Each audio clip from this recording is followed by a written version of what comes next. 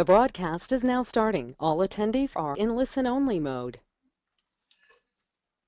Hi everyone, this is Bruno Aziza, and I'd like to welcome to this webinar today on how Yellow Pages does BI on Hadoop. We have some great presenters today, and in particular Richard Langlois, who runs enterprise data management at Yellow Pages. You see him here featured with his business counterpart, Laurent, who is a key part of Richard's strategy on being successful with BI on Hadoop. You know, our goal today is really to make this as participative as possible. So as you will listen to the story of Yellow Pages, make sure that you engage with us. We want to hear from you, and this webinar is going to be as good as your questions are going to be. We have great content, great presenters, but we will try to take your questions as we go through the story of Yellow Pages, as well as have reserved some time at the end of this in order to make sure we get to most of the questions. You know, today you'll get a few things here. You know, you'll get from Richard how he went from zero to hero with Hadoop and implementing OLAP on Hadoop. He'll talk to you about how he got self-service BI deployed to his stakeholders without compromising security and performance. And he'll talk a little bit about the skill set that were required from his team in order to deliver value using BI and Hadoop. In addition to Richard, we have two great presenters with us. We have Todd, who is a partner manager at Tableau, and Todd is one of the founding team members of Tableau's Tech Partner Program. He's a great friend of AtScale. He's a lot of experience as a tech executive. Prior to Tableau, he worked at VMware, at Vignette, and at Dell. And outside of work, his passion is golf and his family. And so don't hesitate to also ping Todd for questions you might have around Tableau, their strategy, and anything else. TJ here is a product marketing manager at Cloudera. He has worked in big data a large portion of his career here. He came from companies like Yazdi, Zuora, and VMware. I guess he shared that with Todd. He also studied at the University of California, Berkeley, and believe it or not, competed in rowing as part of the national team. He even went to Beijing to represent the US during the World Rowing Junior Championship. So we've got world athletes here on this webinar. And so if you have questions around Cloudera and so forth and their strategy, be sure to ask them throughout this webinar. You know, we are, the three of us here, Todd, TJ, and myself, we are vendors, but we are going to be solely focused on supporting Richard and his success story for you today. We actually do not have any vendor slides. We're not planning on doing a vendor pitch here. This is really about making sure that you're getting the story from Richard. Now, Richard, his team covers enterprise architecture, data architecture, governance.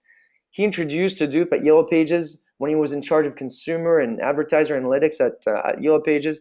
As you can see here, has 31 plus years of experience in the space. He's worked in consulting and large companies at GM, and Texas Instrument, and Air Canada. So this is someone that has a lot of experience and can take just about any question you might have on OLAP and Hadoop. So again, do not be shy. Use the GoToWebinar facility to ask any questions. I will be monitoring them, and I'll figure out if I hold them for the end or if I interject as Richard is going through his session.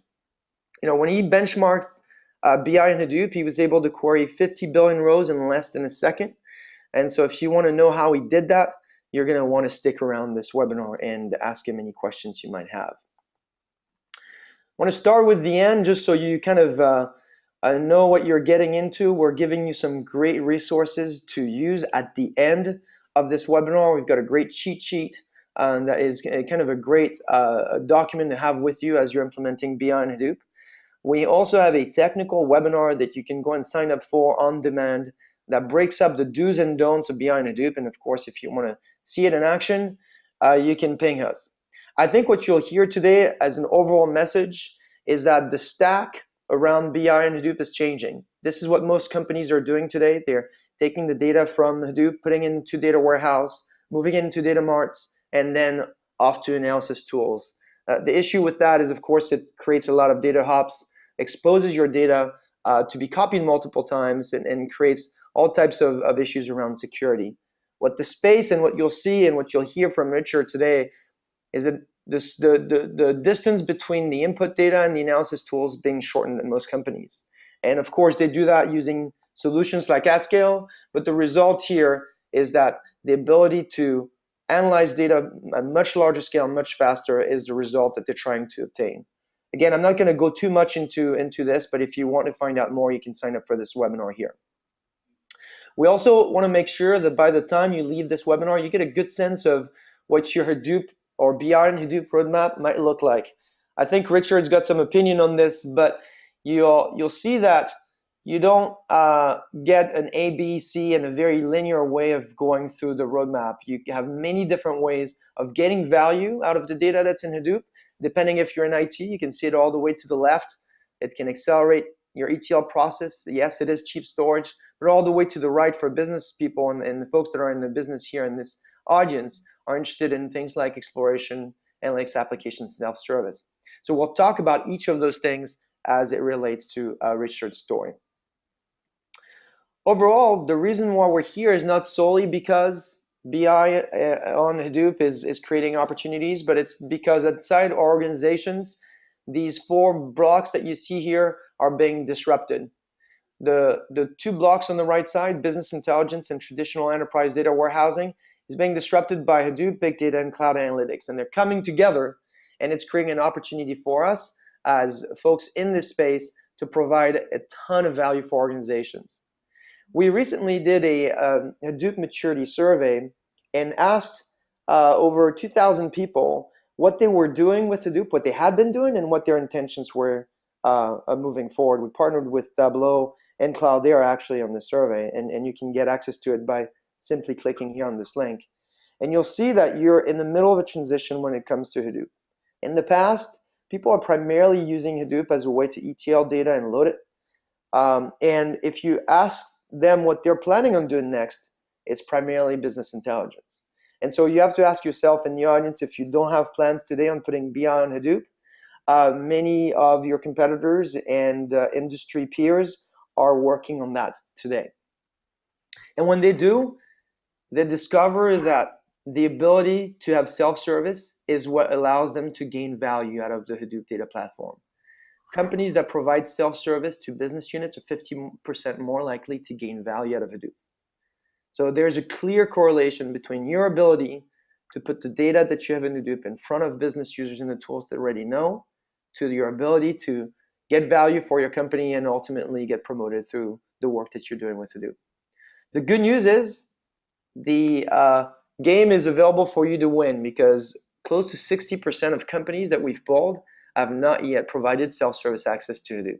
So it's a great opportunity for everybody here on the webcast to learn from Richard and use these lessons hopefully to be successful at your own company. That's our goal today. I won't get too much into the details. If you want to find out more about the Hadoop maturity survey we just did, again, go to atscale.com/survey and you'll see the details behind some of the stats that I'm showing you. Now, we don't know in this audience who knows what about Hadoop, and so what I wanted to make sure is you'll see as Richard starts talking about his story, he's going to use a lot of different terms that relates to the Hadoop ecosystem. So what I've done is I've created a quick slide here, and I want to ask TJ to come in and take us through it. And as he goes through the explanation of these various terms, please don't hesitate to send questions through the GoToWebinar facility. I'll make sure to queue them up for TJ. TJ? You want to take us to the slide? Absolutely. Thank you so much, Bruno, for the introduction on what people are doing with Hadoop. So Hadoop is a really complex ecosystem of components that are open source that people are leveraging for big data and analytic management. So to begin this conversation, I first just want to define what Hadoop is. So Hadoop is a software framework that supports the running of applications on clusters of commodity hardware. So this is a kind of term that is used to catch a lot of different components of the open source community or the Apache Software Foundation community. And all these components are located below. And this is not a complete list of all the components. There are hundreds of components that slot into the Hadoop ecosystem. The ones below are just the ones that relate to running BI and standing up a self-service BI environment on your commodity hardware or in a cloud environment. And one thing that's really interesting in today's world, and you might see it in the press and in newspapers talking about Hadoop, is there's this whole conversation around Hadoop versus Spark. And we don't look at it as two separate items, right?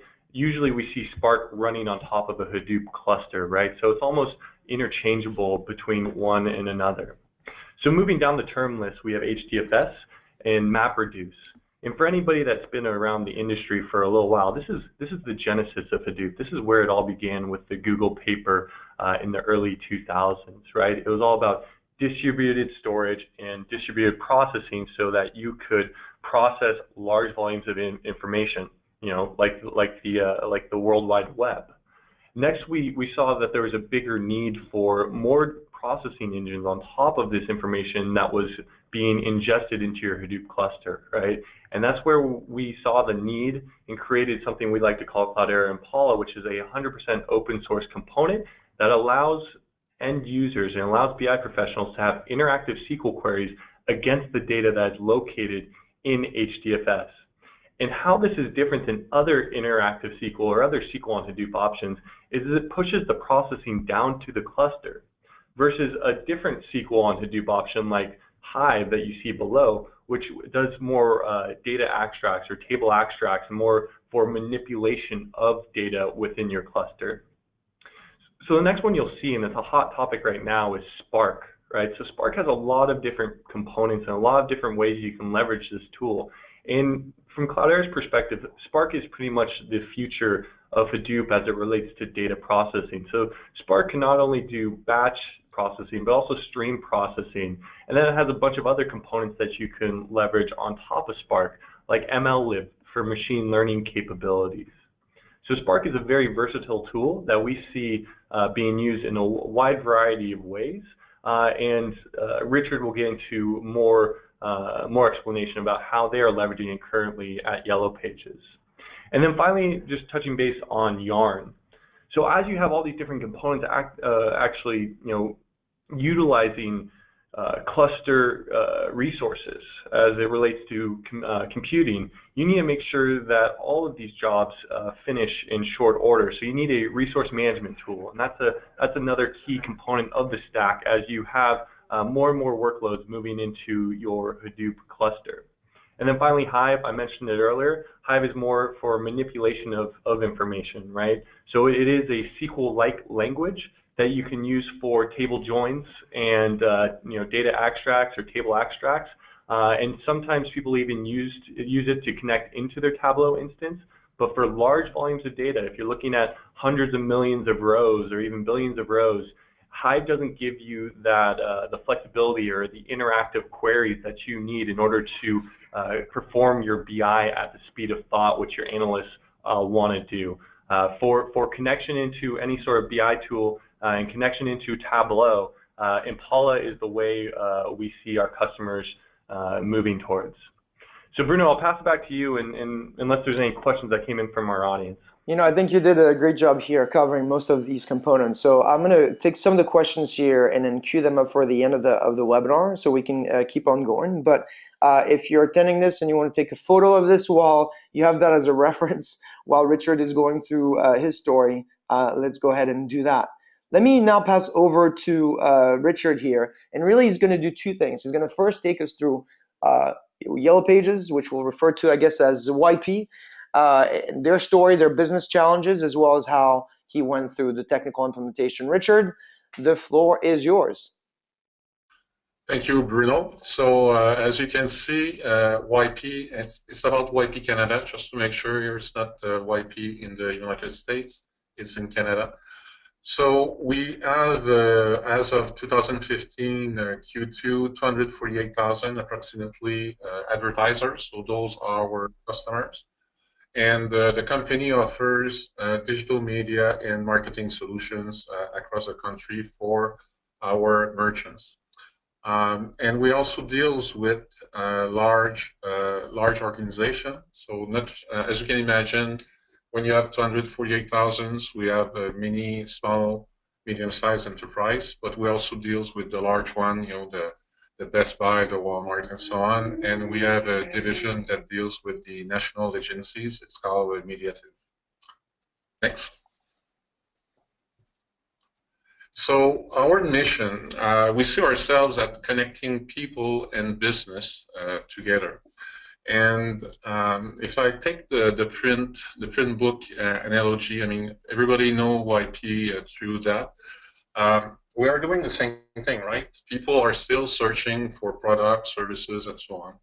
So we are doing the same in the digital world, being the web or mobile.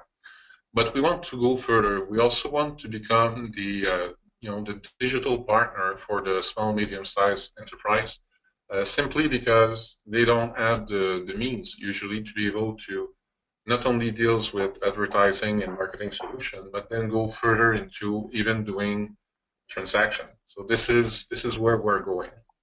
Next.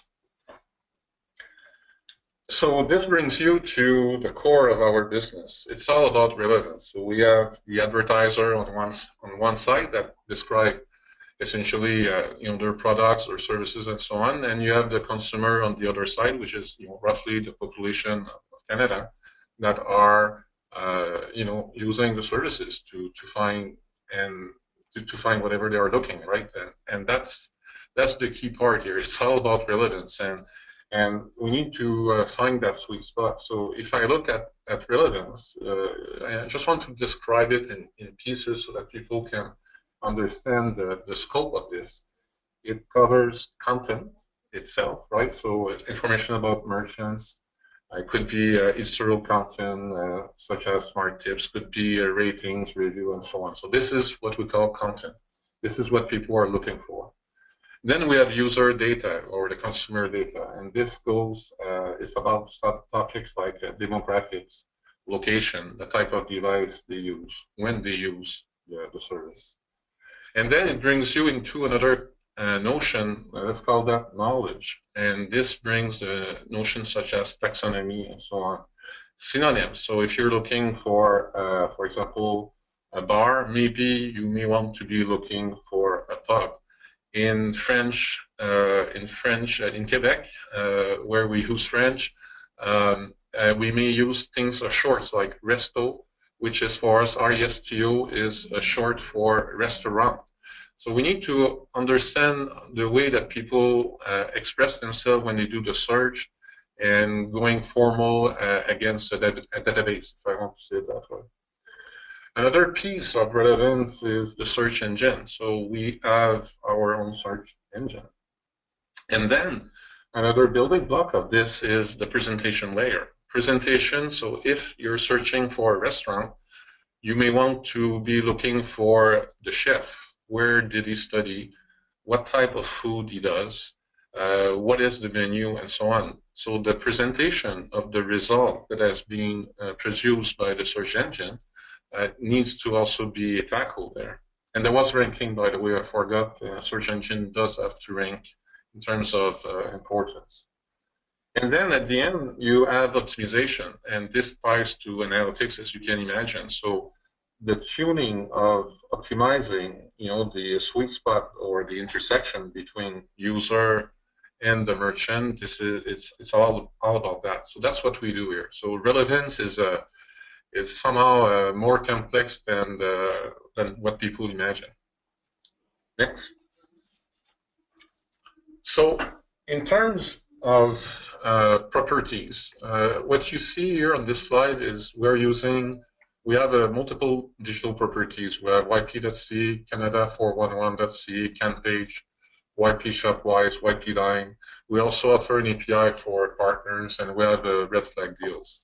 That's, if you want, our properties. But the next level is we also make our advertisers visible, present, if you want, on other networks such as Yahoo, Facebook, Foursquare, TomTom, and you can even see it through Google. And as of last week, now we also prevent content to Apple. Next. So this is where we stand as of, again, Q2 of 2015. We are about 57% of digital revenue. So as you can see, the transformation from the print to digital is going well. and it's going to continue. So here, what you see is how we've broken our effort in terms of big programs, if you want. So we had one program that focused on the sales effectiveness and efficiency, one on the customer experience. We have one about the third-party content and advertising platform, one about consumer engagement, and in the middle, we care about content accuracy and relevancy, CAR, and the consumer and advertiser analytics, the CA. How that's supported with a process framework for operational excellence. So this gives you a good idea about what is YP at this point. That's great. It's a great introduction, Richard. And I want to point to a few things here that might be relevant to people in the audience that might not be in the same industry as Richard. Often when you look at companies that are online companies or gaming companies, you think that the lessons that they might bring us are just relevant to their industry only. But I think this slide talks a lot about what's going on in many other industries like banking and healthcare. This idea of digital transformation, the amount of data that you're capturing about the experience your customers and prospects are having, you now have the ability to analyze this at large scale. Now, there's a trick here is that when we ask people what their worries were when it came to organizing this data and putting it together for the purpose of analysis into the business, the number one thing that they were afraid of, this is before jumping on Hadoop, was skill set. And I think you've heard a lot about this because you've read a lot about data scientists and you've heard a lot about McKinsey's reports on how we need more data-driven managers and so forth. But I think what you'll hear in this webinar, which is really the reality of people that have now deployed Hadoop and starting to attach BI on Hadoop, is that BI and Hadoop projects and Hadoop projects are actually looking a lot more like enterprise data management projects that we've experienced in the enterprise data warehousing days. Sure, skill set is always going to be a problem, but other things that you should worry about are management, security, performance, governance, and accessibility.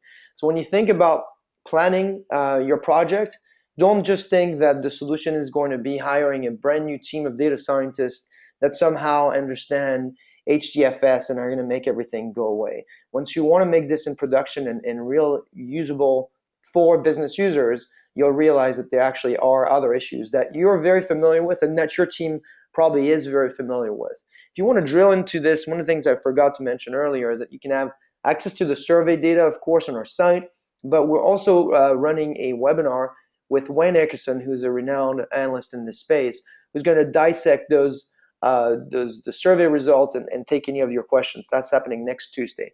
So just go to our website and sign up for it if you're interested in. This was really the first part of the story for this webinar, which is what is YP doing and what are the challenges that they're working on, and hopefully you start seeing things that are similar to the things that you're experiencing. In the second part of the webinar, I want to hand it back to Richard and have him take us down the specifics of what he did from a technical standpoint. What are the things that he struggled with the data, and how did he extract value, and how did he get to where he's at today? So Richard, back to you. Thanks, Bruno. So, before getting into the architecture, I would like to just highlight this situation that I think we are all facing, and I'm talking not just in our industries. In fact, the cloud is a great it's a great opportunity. At the same time, it could be like anything, right? You have benefits, but you could have also a series of consequences. So by removing the barrier to have data capture easily, well, data is being captured easily all over the place. So what we saw, 10, 15 years ago, where people were doing data marts in a unsynchronized fashion, and then we had to put back some enterprise data warehouse structures, use confirmed dimension, and so on. The same type of thing is happening, and it's happening real fast. So we are facing silos, analytical silos, and this is, I would say, quite standard. At the same time, if you have silos, it makes it a bit tougher to reach. It makes it a bit tougher to reach the correlation. You want to be able to correlate across silos, and this is one of the things that needs to be addressed. So right now, our silos are in the consumer analytics side. So when we're trying to understand what's going on with our users, on the advertiser analytics side, also on the search side, and business intelligence. And some of those are planned. For example, business intelligence, we decide to put some order in analytics first, and then add an integration with business intelligence. And it was kind of easy to do that because we said, okay, business intelligence is more about internal data regarding sales, financial, corporate performance, segmentation, and pricing, for example. So we said, let's keep that China wall for now. We're going to come back to it later when analytics is more under control. So this is one of the big challenge that we have, and we're working on this. And this means if you want to tackle this well, you need to also tackle data collection. We use tag management software to do that. If you're in this business, you understand that client side versus server side, there is a difference, and the new versions of the software that we're using will tackle this in a couple of months. So we're going to be able, it's a bit more than a couple of months, but it's coming in 2016. We're going to be able to do a back-end access to a transaction to have some sort of unique ID for each event that is going to be created. So I'm not saying that we're going to build one warehouse and that we're not going to use off-the-shelf software. We will continue to do that. The only difference is that we're going to have a unique record that is at the, I will use the term atomic level, the lowest level possible. And if you analyze the same event from a consumer perspective, you're going to have the proper dimensions and so on for that viewpoint.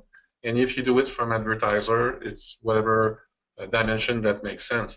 But at least it's going back to the same event, and that's going to make correlation much easier. And if you're able to correlate from multiple viewpoints, you have more intelligence. So this is something that we are working very hard on breaking the silos. Hey, Richard, I want to take a couple questions that are coming through here because I think they're relevant to this slide. Would you say that the first step in your journey was to identify what the analytics silos were, or is that kind of how you thought of it? No, and this is you made a reference for is there a way to go through with Hadoop, ABC, PAT, these type of thing? And the answer is no. In our case, and I will have a slide to support that. In our case, we did operational analytics first, and in a way, we were focused really on the advertiser ROI. In our business, there was a perception that that maybe YP was not as relevant as before in the digital world. And this, I use the term perception because when we look at numbers, it's a false perception. So the first thing we did about 3 years ago was to focus on translating actually a series of events in terms of dollars. So we were converting impression, clicks, calls, contact into dollars, allowing our advertisers, the paying customers, to understand that, okay, all this new revenue is coming actually from YP. And so they were able to use dollars, the dollar of revenue, new generated revenue, compared to how much they were spending. And this was key in going against the perception that was wrong. It's not perception is not always right. So we were using fact-based that we capture. So that was our first use case in the analytics. It was about preserving revenue, increasing revenue. So it was directly related to that use case. Breaking the silos, this comes more from when you want to do internal analytics and be more aware of what's going on. And so it depends what you're trying to tackle. And this is why we say we cannot. You could have you may decide in your company that you have you need to find some correlation, some insight about something, and maybe for your company, a very dedicated, machine learning project is what is required to bring to reach your objective. It's all about that, right? It's which objective, which business issue you're trying to solve, and consequently with that, you use Hadoop simply because Hadoop is a MPP, right? It's a massively parallel processing platform that is that is fast, obviously, much cheaper than what was available before. So you use all this horsepower to solve a problem. But the thing is, and you heard TG talking about that earlier, there are hundreds of components. And they work together. I consider that we have multiple MPP framework. For example, MapReduce was the first framework, the Genesis, as TG mentioned. But Spark is probably one of the where a lot of people are excited simply because it's in memory, so it's faster. The Impala, AtScale, and so on. I consider this what we call the OLAP on Hadoop as another framework. There are multiple frameworks. Got it. And I think you've answered kind of the second question I was taking you to, which is what are the use cases you went after? And I think you answered really, you've got an internal one, which is around sales and marketing and campaign optimization. We also have the external one, the obvious one, which is about advertising ROI and providing information on click all the way to revenue to the advertisers that you're providing services to. Yeah, yeah, as you can see, there were multiple in each of the blocks. There were multiple things. If we go with this slide, this somehow is a simplified architecture of both Hadoop and something that I put operational analytics. I guess the first thing I want to say here, and this hopefully will help people under Hadoop adoption and what they are doing with it. First, our first use case, it was simply to use Hadoop as an ETL processing platform. And what we were doing actually is we're still doing it, by the way, sorry. We were clustering the records together, putting the records sorted together so that they could end up being stored like that in InfoBright. InfoBright is what we have is our series of appliances. They are columnar appliances. And so our first use case was to use Hadoop to go through these records. We went through, to give you an idea, at some point we were at 58 billion rows, and we were able to cluster those every day in about a 3.5 hours window. And then the data was transferred on InfoBright. And we were also using, at that time, ETL server. We still use ETL server, but when we moved the creation of the IB file, which is, I guess, a massive utility to do a fast load, when we moved it to Hadoop, we were able to go 16 times faster and on twice the data. So if you do the calculation, this was a 32 times improvement. We're not talking percent here. I'm talking 32 times faster. So that's some of the first thing we did, and we decided to keep the operational analytics environment because it works. And since it works, the thing has been running for almost 3 years now, and it's always up. We've decided to do this for two reasons. First is it's an asset that we want to continue to amortize. That's one thing, so from a financial angle.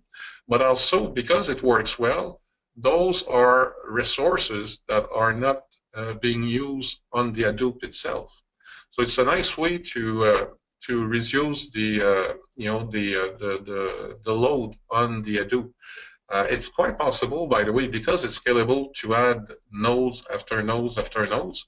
But here it was a nice approach here to reduce the adding nodes. So all of this we're running, and I'm going to talk about the other use case, we're running on only 26 data nodes right now. So I heard a lot of companies with hundreds of nodes, but you can do, and you heard the number, 58 billion. You can do a lot with not necessarily hundreds of nodes. So this is one thing I think people need to keep in mind. The other thing is this first use case was about advertiser ROI. It was also a self-serve application, meaning that our customers connect to the application. It's called YP Analytics, and it needs to be up, obviously. But we had also another situation where we created a sales cockpit, and that sales cockpit is called Compass, a series of tools used by our sales people. And as you may imagine, if you have self-serve and you get some numbers, and then you meet your sales rep, hopefully the numbers will match, right? Because if they don't, then you lose credibility right there. So we also created, in a context of operational analytics, we created a layer of service we call the CA services, or Customer Advertiser and Analytics Services. And we did that, and that was our way to guarantee that the numbers will balance. So this is what's running. As you can see, you see another arrow that talks about replication. So we were happy with this. The company was happy with this. Our advertiser, everybody were happy with both Compass and YP Analytics. But everything was tuned for these specific use cases, meaning it was always in the context of meeting advertisers. So we use the term account, and they may have multiple locations. We use the term merchant. So it was always geared for a number of accounts and merchant. It wasn't geared for marketing, internal analytics. So we said, okay, how can we go rapidly to allow to do analytics on Hadoop? Because Hadoop, I mentioned, we were running the process in 3.5 hours every day, but the rest of the hours, Hadoop was doing nothing. So one of the real fast gain that we were able to do was to simply replicate the data that was on the operational analytics platform back to Hadoop. So here, the slide doesn't render this, so let me explain a bit more. Only the big data was going through Hadoop before ending up in InfoBright. All the other data, let's call that the small data, was going straight to InfoBright, meaning that Hadoop was having a lot of events, but nothing else, no dimension, no nothing. So we said, okay, if we were simply to recopy InfoBright back to Hadoop, at least we'll have the equivalent of some sort of warehouse on Hadoop. And that's what we did. And that took, I think it takes about half an hour to copy the small data back to Hadoop. By doing that, we were suddenly with an enterprise data warehouse. And for people who have a business intelligence background here, it was a constellation of snowflakes. So we copied a constellation of snowflakes that was on InfoBright back to Hadoop. Now the question was, okay, let's use, let's say, another pieces, another component of Hadoop, HUE, and let's throw some queries with that, with Impala, and we got some numbers.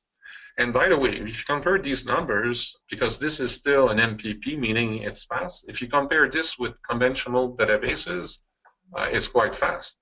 But if you want to go faster, there were a couple of things that we could do. So I will talk a bit more about that piece. I just want to surf with the other use cases we have, and the next slide I will go deeper on the self-serve OLAP. So as you can see, we are doing, and we have been doing this for a while, the ETL. We just recently put self-serve OLAP in production.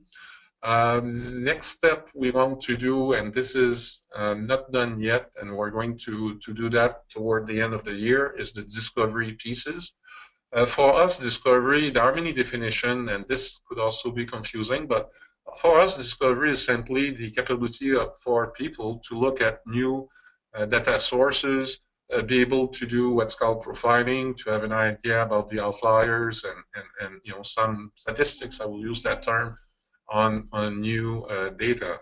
And then if it's useful, we will talk about what it means if it's useful versus if it's not useful, you're done and that's it. So this is something that, and that brings the notion of data lake. So for us, we associate data lakes and discovery in that use case. We have also operational analytics coming in 2016. We have a project called NPN for Mediative Performance Network. There is a piece there that's called the Brain, and this is all about doing automated campaign management, meaning that if we want to scale in managing a campaign, we want to use patterns, we want to use machine learning, so that type of intelligence to allow us to scale, because currently, in order to scale, we need people. It's the way we manage our campaign. So we are working right now to use machine learning, and this is done in Spark. So right now, the way that the cluster is used, we have people doing Spark because they do machine learning and they use the ML-lib, and we have self-serve OLAP, and we have ATL. Those are the three things that is currently being managed, and we're going to add, when we found the proper algorithm to manage the automated campaign management, we're going to add another type of operational analytics. As you can see, operational analytics is being run on currently on info appliances, columnar database. That's one thing, and in the future we will have other operational analytics running straight on Hadoop. That's great. So, Richard, this is the slide where I think people probably are referring to their resource sheet that TJ took us through. I just want to ask you a question that came through, because we're getting a lot of questions as you're talking through the slide. I think overall here, what you're talking to us about is how you ended up using Hadoop as a more effective way of storing and querying information, and you end up with a semantic layer that's used by data scientists and business users. Can you tell us the reason why you picked Tableau? Like, what was the rationale behind the choice of the BI tool? Okay, let's. I think we can switch a slide while we're there at the same time. Sure. Yeah, and the next one, and we'll go back to that one. Oh, okay. So first, you said about why we choose Tableau. That's an interesting question, because it was the first time I was a consultant for a good 20 years out of my 31 years, and every time there was a choice about BI tool, I was creating these big spreadsheets with a bunch of criteria, and we were putting weights, and it was quite a big process actually, and for us at YP, Tableau, we were using other tools, and we still use other tools, but Tableau came directly from marketing. They were extremely enthusiastic with that tool, so this is how we got with Tableau. Marketing was enthusiastic, and we said, look, if these guys like the tool, they are using it, let's go with this. Let's go with this. So we decided not to go against that. We obviously check Gartner and check other evaluation about Tableau, and the Tableau is a very strong tool. So we didn't fight and say, look, we want to stay with what we did. It did create a situation, though. We did create a semantic layer on the operational analytics platform, the thing that was on InfoBright and other BI tool. Mm-hmm. Consequently, we need to address the semantic layer. I'm an enterprise data architect as well, and I'm always worried that people will use data in the wrong way. They will do a mistake. Simply because of the speed of the business, right? We are in a fast-moving industry. People work hard, but it's easy to make a mistake. So if we could inject a common semantic layer that will prevent that, we'll be happy. And that's exactly what we did using AtScale. So we said, okay, let's preserve the semantic layer so that people could use the tool they want. So I'm not saying that I'm doing this so that we can use 50 different tools. At the same time, we are in a hybrid situation. We still have other tools. So if for example, I will give you a very typical example of finance. finance, they love Excel. So if finance wants to connect to the semantic layer and have the same numbers, then marketing guys that use Tableau, they will get the same numbers. They will use a different tool.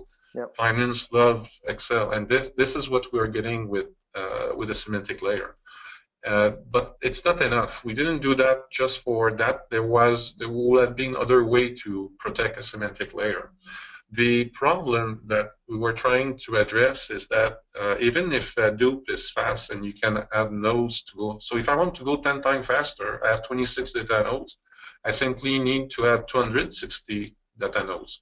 But simply still translate into it's like, it's still expensive. It's much better than traditional technology, but it's still a certain amount of dollar.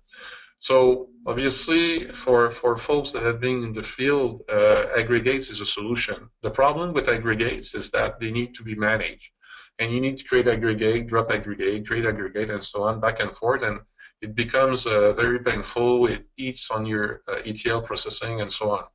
So what we've done is by using AtScale, we have adopted adaptive cache. Essentially, when there is a query that is produced, the query will be intercepted. It will be rewritten and directed against an aggregate, and therefore it's going to be much faster. So if you look at that slide this is some tests we did about 2 months ago. The base table was 38 billion rows. If you were doing a query on the RAM means the RAT activity matrix, the atomic events I was talking earlier. This is the table that contains this. So it was taking with you straight without Tableau 60 seconds, with Tableau 126. For another query, it was taking 534 seconds to 606. This one's a bit closer. So roughly, let's say 1 to 2 minutes for one query, the other one about 10 minutes. With that scale, the one that was from 1 to 2 minutes returned now in 0.75 seconds, so less than 1 second. And the one that was taken 10 minutes returned in 56 seconds. So the magic here is obviously aggregates were created behind the scene, but for our users, we have let's talk about those as being virtual cubes. They are not cubes, very important. It's just a series of aggregates, but the semantic layer make them look like cubes. Therefore, we have a series of dimensions, hierarchies.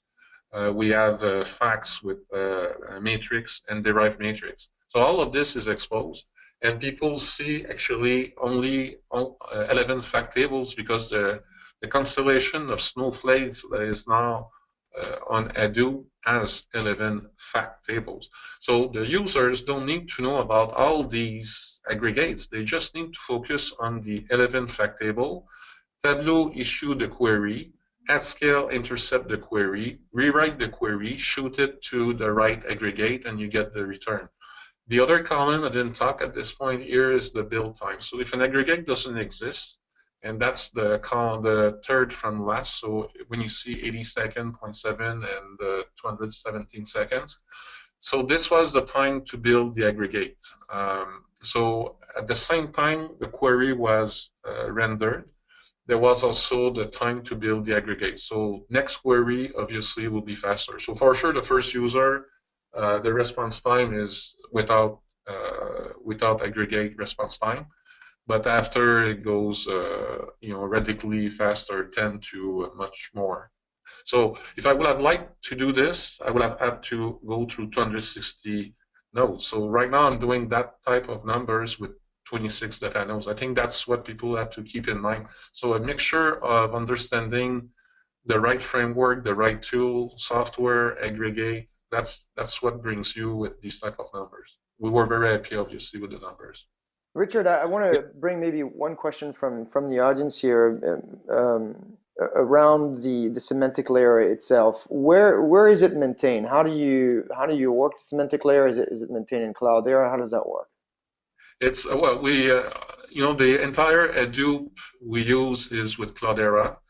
We have the Enterprise Data Hub edition, so that there are multiple levels. The main reason for the Enterprise Data Hub for us was for we wanted support not only for the regular components, but also for Impala and Spark. So that's one way to address that. As for AtScale reside also on the cluster. So the metadata is in AtScale, and AtScale itself is on the cluster. That's great. You talked a little bit about the Tableau deployment here. I want to maybe bring in Todd here for his perspective, because I think what Richard indicated is that it was a business user choice, and IT essentially worked with the business. In fact, in our survey, Tableau was the #1 BI tool in front of Hadoop, so it's extremely popular. Are you seeing a change in C here? Are people trying to connect Tableau on Hadoop, Todd, or what's going on on your part of the market? Yeah, absolutely. We are seeing a very strong trend towards customers hooking up to Hadoop, and I think probably over the last 2 to 3 years, there's been a really strong growth that came from coming from Hadoop and being able to use it more effectively. We have thought leaders like Richard that have done really amazing work. Where do you think generally speaking, I think yes, we are seeing a really strong trend towards people deploying on Hadoop and using it in different ways. As you see Richard from Yellow Pages doing.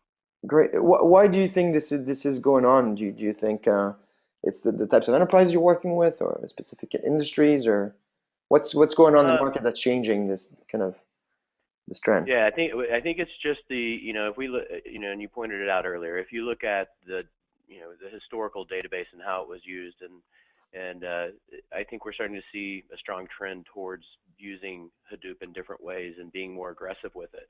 Again, bringing that maturity level to it. We're seeing it in all aspects of the business, and as you would expect, Tableau typically lands in a business side. But we're starting to see where those very large use cases are there, where that may not even be possible in other ways. Are being put on Hadoop, and they're leveraging Tableau to find those insights. So it's absolutely it's definitely a way that the market's trending as far as using Tableau with Hadoop. It's going pretty strong.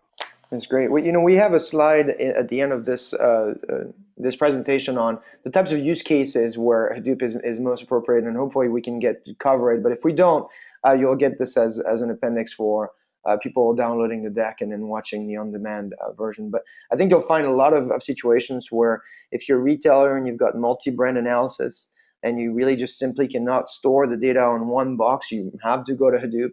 In the case of Richard, if you're looking at behavioral, historical information, you have to go to Hadoop. If you're looking for situations where, in this case, a real-time analysis of large-scale data and data of all types, you're going to want to do it in Hadoop. And clearly, what we're seeing from customers is Tableau is definitely the tool of choice for many customers. And I think the other thing that's going on as well is that it's often in conjunction with other tools, primarily maybe Excel, but Tableau is definitely becoming the standard here. Richard, take us through this. How you're using lots of different components of Tableau, using desktop and server and online. How did you work your deployment? Yeah, it's and we skip one slide, and I'm going to introduce also real fast here the bimodal mode.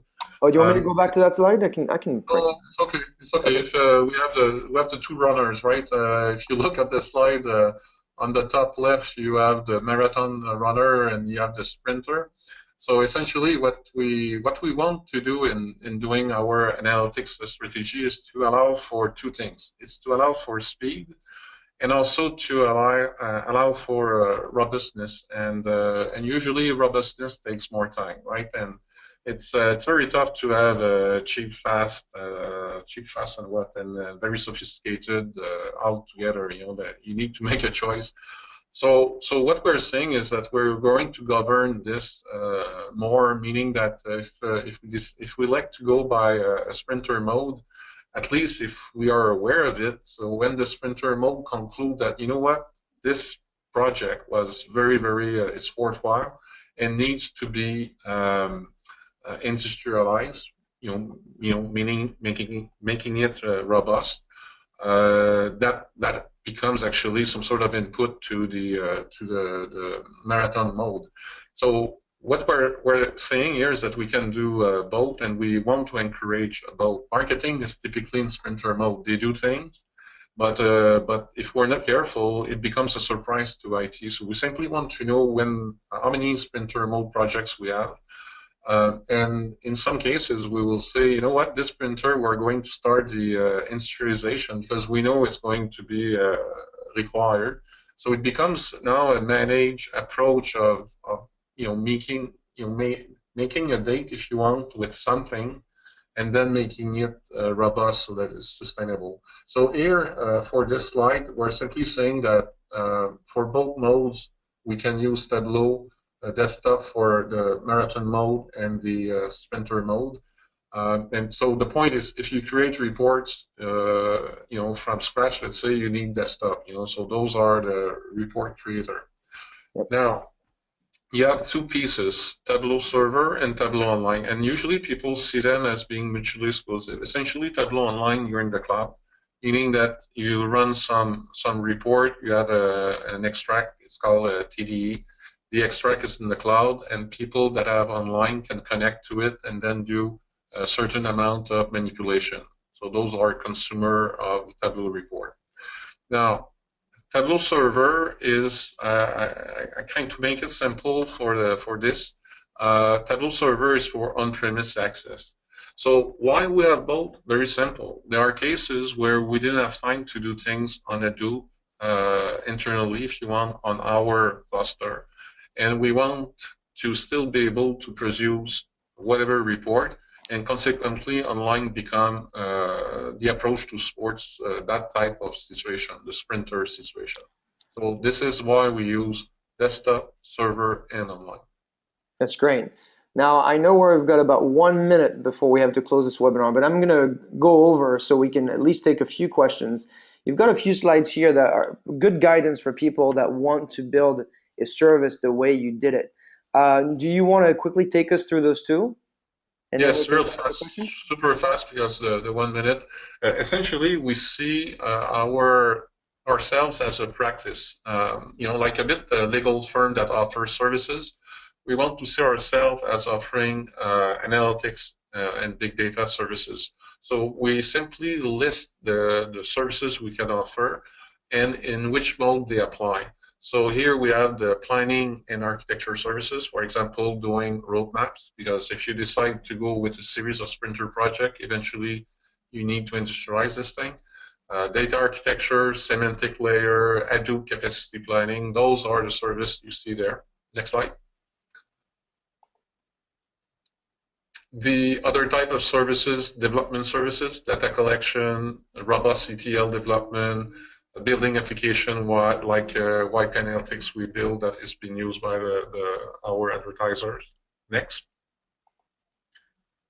And then a series of other services. For example, we can even picture to offer a data scientist services for the division that do not have data scientists. So that gives you an idea about the type of services, including quality, governance, some capabilities such as light ETL tool, discovery tool, profiling tools, the aggregate management and rewrite capability. Well, that one has been solved with AtScale, at least for the OLAP on Hadoop situation. So it's a way to structure a group in understanding this is what can be offered like we are practice. That's great. So now I'm gonna start taking some of the questions that are here, because we have a lot of them. I think the first one I want to talk about is this idea of the SQL and Hadoop engine. The question is, there's a lot of options, and you mentioned Impala. How did you go about picking one of them, and why did you pick it?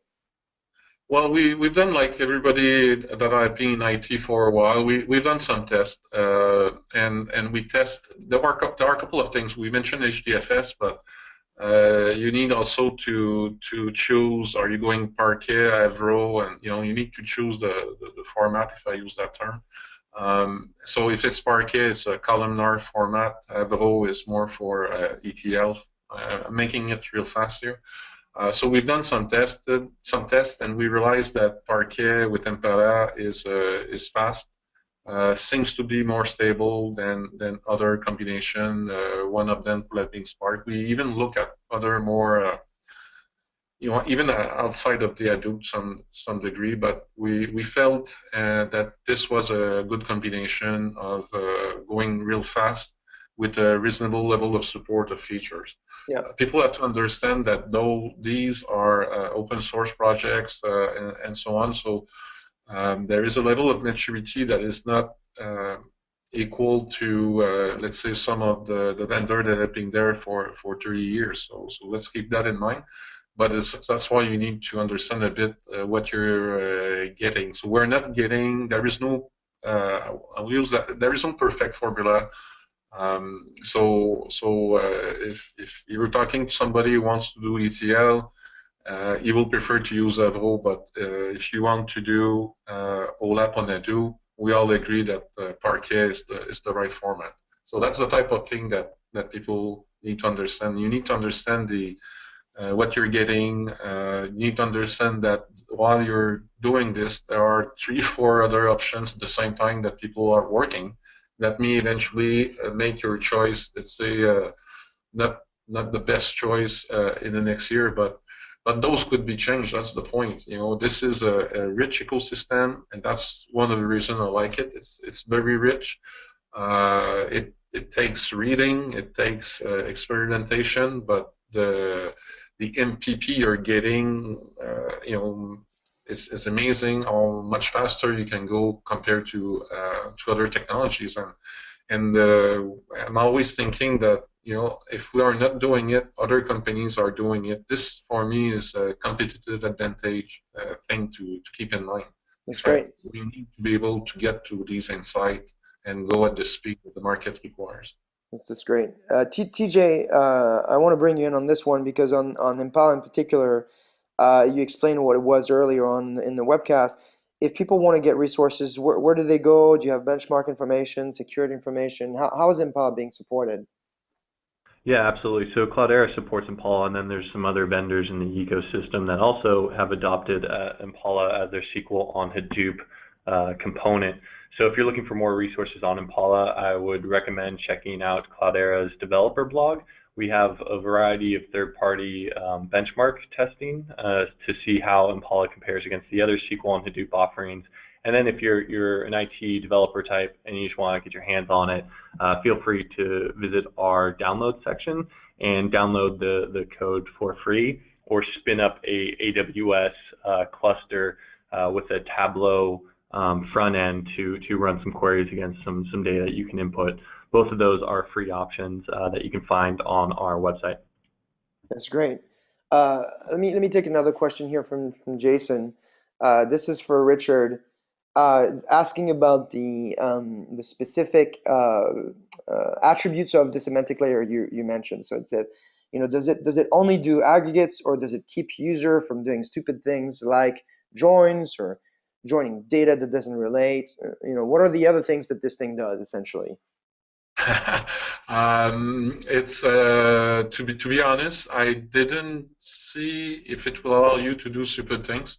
So it's we didn't use it for years at this point. We use it for a few months. I personally was not. I was involved in the direction of how to what to do with this and so on. So for me, I will suspect that it's whatever Tableau allows you, but just keep in mind that when Tableau connect to what we have exposed, because we control how we expose the metadata, right? So we choose that this is a dimension, this is the hierarchy, and so on. When Tableau connects to it, it really looks like you're looking at a cube. So unless Tableau can bypass that, I will say they are under control. Now, could they do? I will call that the multi-fact queries. I will suspect that the answer is yes.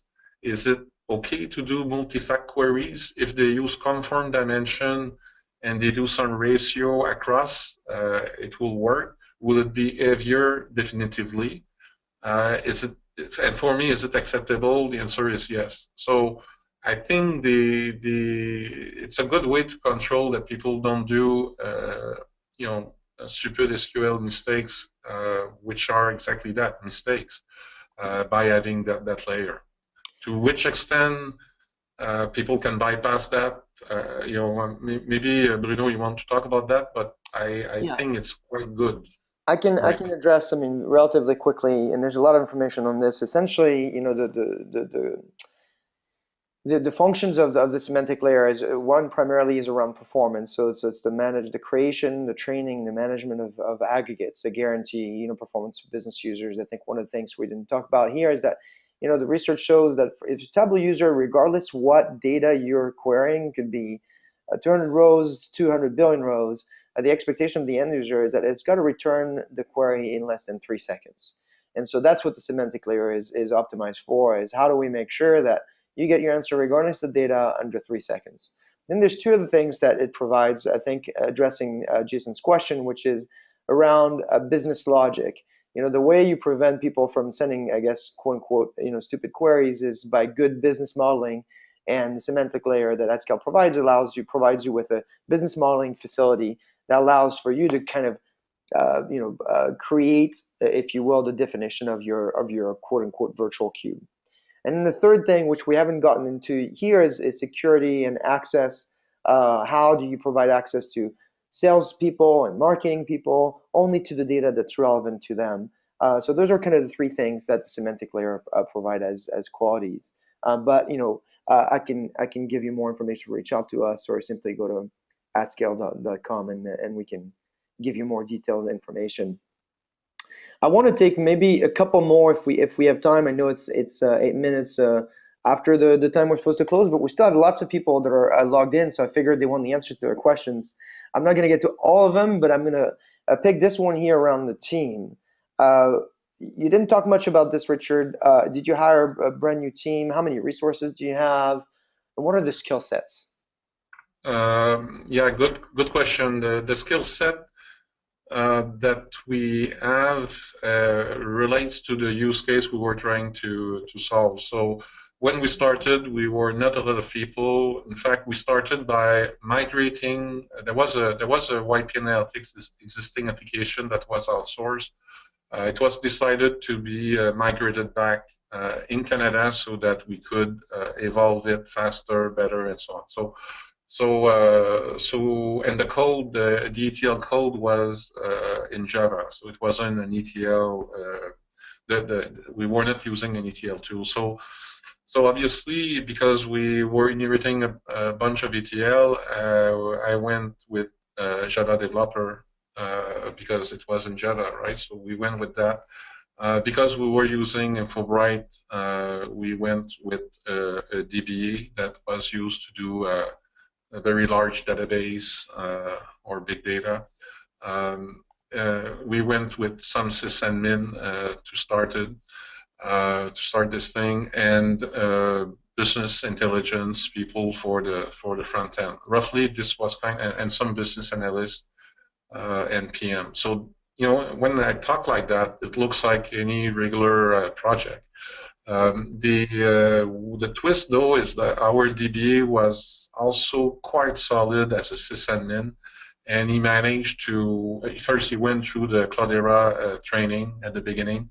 At the beginning, I had everybody go through training, and then some people use it a lot more than others, read it, and so on. So I will have to say that we acquired our expertise by using the platform and by reading, essentially, plus the training. We also use Cloudera professional services to tune the cluster. So today we have 2 sysadmin that work not full-time, so only 2 sysadmin in the infrastructure that manage the cluster. We have our DBA who explain where we want to go with this. We have a solution architect in the consumer advertiser analytics that also is very knowledgeable about the cluster. We have also enterprise architect that test related to what we want to do. So we we are not just enterprise architects that do slides, if I can say that. We also read to make sure that we understand the future so that we can describe the roadmap and so on. So it's not a lot of people, I will say, that are Hadoop knowledgeable. There is also something we found that people with Java background relate well with Hadoop. So that's something to keep in mind. So I will say this describes a bit, our people right now. That's Oh, great. I forgot the scientist. Sorry about that. One data scientist. Yeah, the data scientists. I mean, if for us the first project, which was about ETL, advertiser ROI, and these type of things, we didn't need a single scientist. OLAP on Hadoop, we don't need scientists. But when you do automated campaign management and you want to find insight, we need scientists. So again, the scientists, just be careful not to just go with a team of scientists. I will say you need one scientist so that you understand what's going to be required in the future in terms of what these guys do, the type of tools they need, the way they work, and things like that. So use one for that. If you start with a use case about machine learning, then you will have to go with maybe with a team of scientists. But if it's not your case, no more than one scientist. There is no need, because they will waste their time. They will end up doing anything but scientists. So so I have no issue with scientists. It's just I don't like to have scientists that end up doing regular data modeling, ETL, and things like that. So I prefer to have a team that is tuned for doing that type of work. So business intelligence people is a good start, and solution architect, enterprise architect, PM. That's the type of people you want. And if it's a machine learning project, obviously you make sure to have machine learning expert, meaning scientists. That's a great answer. Hopefully that's helping lots of people. We're still getting lots of questions. So what I will propose we do is we're going to take those on separately just to make sure that we use people's time wisely. TJ, do you have anything to say as we close out the webinar? Or do you want to share with people here? Yes, I think my final word of advice to people who are just beginning this journey to implementing Hadoop for BI workloads is start small and identify that first use case that you want to accomplish. So whether that is you providing clickstream information to your marketing department, or log information to your product managers, figure out that initial use case that you can't do in your traditional enterprise data warehouse. Bring that into a small Hadoop cluster and allow people to start playing around with this information. And showing early value is key to ensuring success of your Hadoop implementation. So I would just recommend people to identify an initial use case and start small, but dream big with their Hadoop deployments. That is great. What about you, Todd? Any parting thoughts and things that you see with your customers that you'd like to share? I'll reiterate what TJ said. I think that it's really important for customers to think about what they're doing, and Richard did an excellent job kind of thinking through how to set this up and where he wanted to go with it. And so I agree. You start small, dream big, and think your way through the process. And that's the ones that I see that are ultimately very, very successful. That's great. Well, thank you for everyone for attending. This is a very popular webcast, both in number of attendees and number of questions. So you'll get access to the recording, and some people that have asked about the slides, yes, you will get access to the slides as well by signing up for this webinar. So we will follow up with each of you. Richard, thanks for taking the time today. I know you're a very busy man, so we really appreciate you sharing the lessons that you've learned, and we hope that this was a great value for everyone. Again, if you need anything, you can reach out to us by simply going to atscale.com. Thanks again, everyone, for the time, and we'll hear from you very soon. Bye-bye.